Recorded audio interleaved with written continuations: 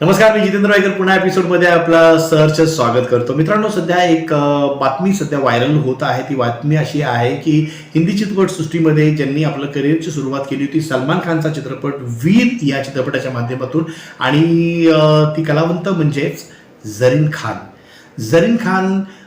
तिने काही चित्रपटामध्ये काम केलेलं आहे. ज्या चित्रपटाची नावच जर तुम्हाला सांगायची झाली तर हेड स्टोरी 3 तुम्ही पाहिला असेल.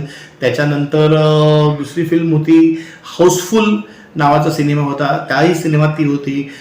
त्याच्यानंतर आणि बऱ्याच काही सिनेमामध्ये तिने काम केलेलं आहे.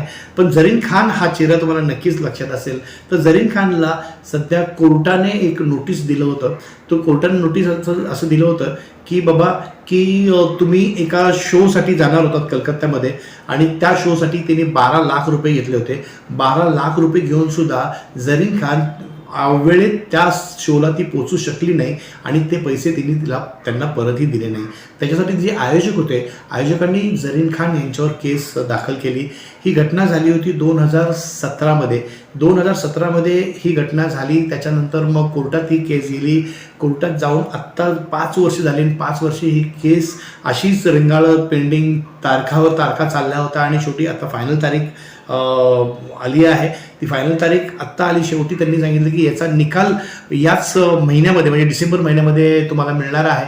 पण आत्ता झरीन खानना कोर्टाने एक नोटीस दिली आहे की तुम्ही परवानगीशिवाय देश सोडून कुठेही जाऊ शकत नाही. जोपर्यंत निकाल लागत नाही तोपर्यंत तुम्ही देशाच्या बाहेर जाऊ शकत नाही, असं झरीन खान यांना कोर्टानेच आदेश दिलेला आहे.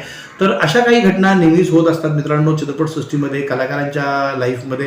तर एकच विनंती असते की जो काही तुम्ही काम करता, म्हणजे जे काही कलाकार काम करतात, आपण सुद्धा कलाकारांना बुक करतो तेव्हा लीगल नोटीस, लीगल ॲग्रीमेंट करून घ्या. किंवा कलाकारांनी सुद्धा जे आयोजक असतात त्यांच्यासोबत लीगल ॲग्रीमेंट करणं खूप गरजेचं असतं आणि त्याच्यामुळे असे वादविवाद वाढणार नाहीत.